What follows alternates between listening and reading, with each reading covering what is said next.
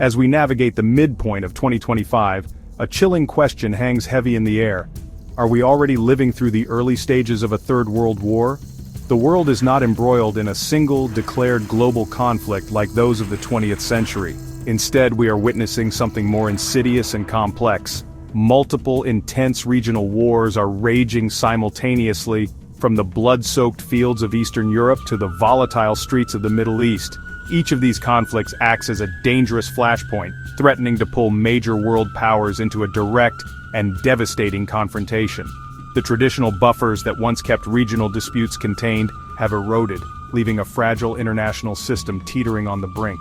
The persistent warnings from global leaders and security experts can no longer be dismissed as mere hyperbole.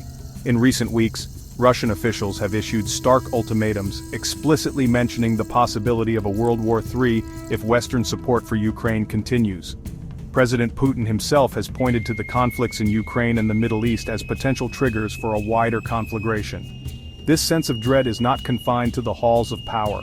Public anxiety is palpably on the rise across Europe and the United States. Polls consistently show a growing fear that a large-scale global conflict is no longer a distant possibility, but a looming probability within the next decade. The current landscape of global insecurity feels different from the Cold War's bipolar standoff.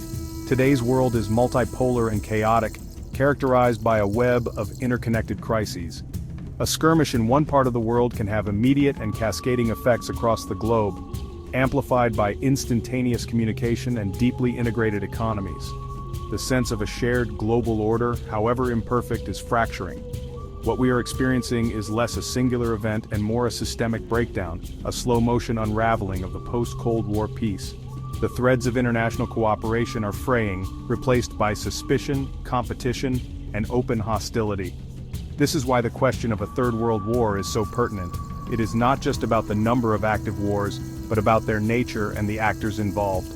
Major powers are backing opposing sides, testing each other's resolve, and engaging in proxy battles that carry immense risks of miscalculation and escalation. The conflicts are linked by a common thread, a fundamental struggle over the future of the global order. The established American-led system is being aggressively challenged, and the outcome of these regional wars will determine what comes next. The shadow of a global conflict is looming, formed not by one large storm, but by many smaller fires threatening to merge into one uncontrollable inferno. The war in Ukraine, now a brutal and protracted struggle, serves as the primary fault line in this new era of global tension. It has morphed from a regional invasion into a grinding proxy war between Russia and the collective West. In the summer of 2025, Russia has intensified its assaults, unleashing hundreds of strikes in a single day, while NATO allies pour in weapons and training to prevent a Ukrainian collapse. Russia's development of hypersonic missiles, which it claims are unstoppable, adds a terrifying new dimension to the conflict. This war is not just about territory. It is a direct challenge to the post-Cold War security architecture of Europe, and a test of NATO's credibility and endurance.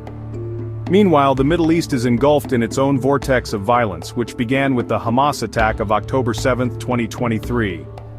The subsequent Israeli invasion of Gaza has had a dramatic ripple effect across the region. It has destabilized Lebanon, contributed to the fall of the Assad regime in Syria, and drawn Iran and its proxies into a shadow war with Israel and the United States. The conflict recently escalated to direct state-on-state strikes between Israel and Iran, with a fragile ceasefire barely holding. Houthi attacks on vital shipping lanes in the Red Sea further demonstrate how a localized conflict can disrupt the entire global economy, making the Middle East a powder keg with a dangerously short fuse. In East Asia, the long-simmering tensions over Taiwan threaten to boil over into a conflict with catastrophic global consequences. China, under President Xi Jinping, views the island as a renegade province and has not ruled out the use of force to achieve reunification. Following the 2024 victory of Taiwan's ruling party, Beijing has ramped up its military intimidation, conducting live-fire drills and testing new technologies designed to execute a swift invasion. A Chinese move on Taiwan would almost certainly draw in the United States, Japan, and Australia, pitting the world's two largest economies against each other in a direct military clash. The fate of Taiwan is a critical test of American resolve and a defining issue in the escalating US-China rivalry. Adding to this combustible mix are the continued provocations from North Korea and spreading instability across Africa. North Korea has formally abandoned peaceful unification, scrapped non-hostility pacts with the South, and continues to test advanced nuclear-capable warships and missiles. In Africa, a series of coups and civil wars, often fueled by foreign interference and competition over resources, has created vast, ungoverned spaces that become breeding grounds for extremism and further instability. While these conflicts may seem disparate, they are all symptoms of a broader global disorder, where powerful nations exploit regional grievances to advance their own strategic interests, weaving a dangerous and interconnected tapestry of war.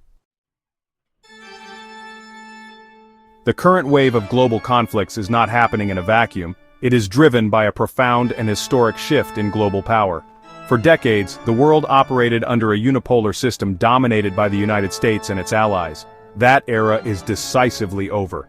We are now in a period of intense competition, where a new axis of revisionist powers is actively working to dismantle the US-led international order. This coalition, informally led by China and Russia, includes nations like Iran and North Korea, who share a common goal of reducing American influence and creating a new, multipolar world, more favorable to their autocratic systems. This struggle is most clearly embodied in the rise of alternative international forums, most notably the expanded BRICS bloc. What began as an economic club of emerging markets has evolved into a significant geopolitical alliance. With the recent inclusion of countries like Iran, BRICS now represents a formidable counterweight to Western-led institutions like the G7. It is creating parallel financial systems to bypass the US dollar, fostering deeper military cooperation, and coordinating its diplomatic positions at the United Nations. This bloc is not just seeking a seat at the table, it is trying to build a new table altogether, one where Western norms and values are no longer dominant. The cooperation between these revisionist states has become increasingly militarized. Russia, bogged down in Ukraine, is receiving critical support from its partners. North Korea has reportedly supplied Moscow with vast quantities of artillery shells and missiles, while Iran has provided drones that have been a key feature of Russian attacks. In return, Russia is believed to be sharing advanced military and nuclear technology with these nations, creating a dangerous feedback loop of proliferation. This axis of the aggrieved is bound by a shared opposition to American power, and their collaboration is making the world a far more dangerous place by enabling prolonged conflicts and raising the stakes for everyone. This great realignment is forcing other nations to choose sides, creating a deeply fractured and polarized global landscape. The concept of neutrality is becoming increasingly difficult to maintain. Countries in the global south are being courted by both Washington and Beijing, caught between the competing visions of the future world order. This dynamic transforms every regional dispute into a potential battlefield for great power competition.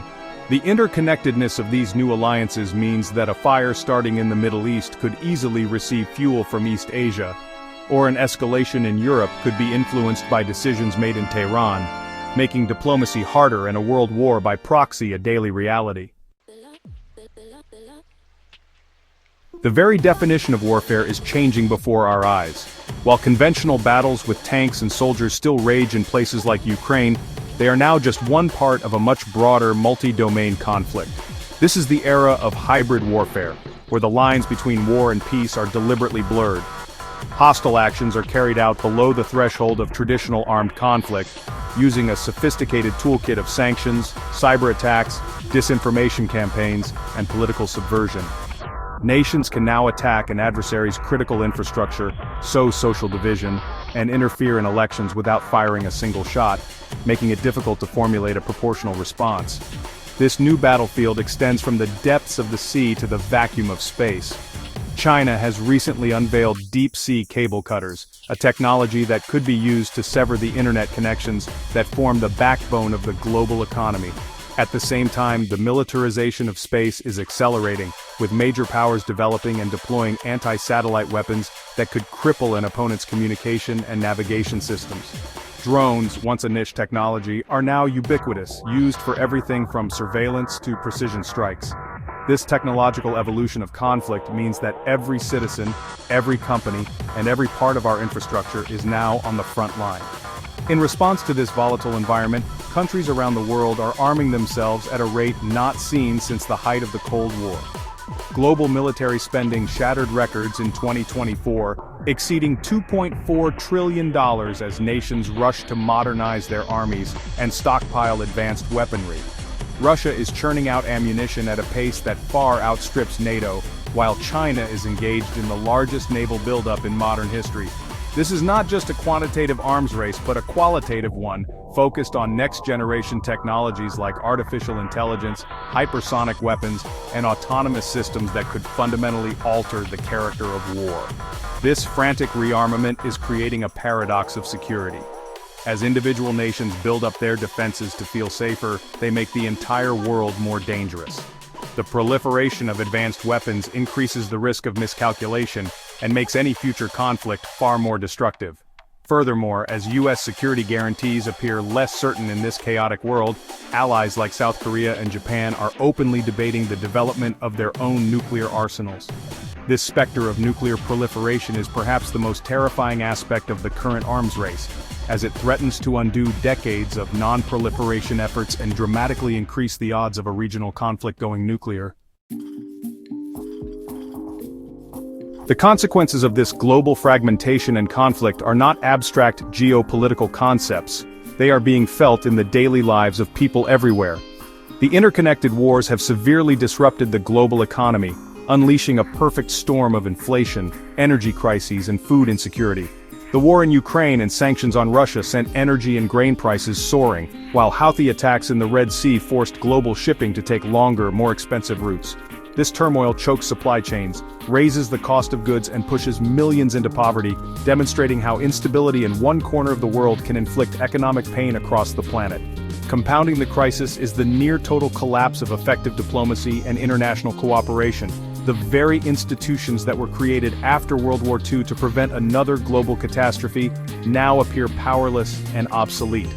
The United Nations Security Council is paralyzed by the veto power of its permanent members, Russia, China, and the United States, who are often on opposing sides of the conflicts it is meant to resolve.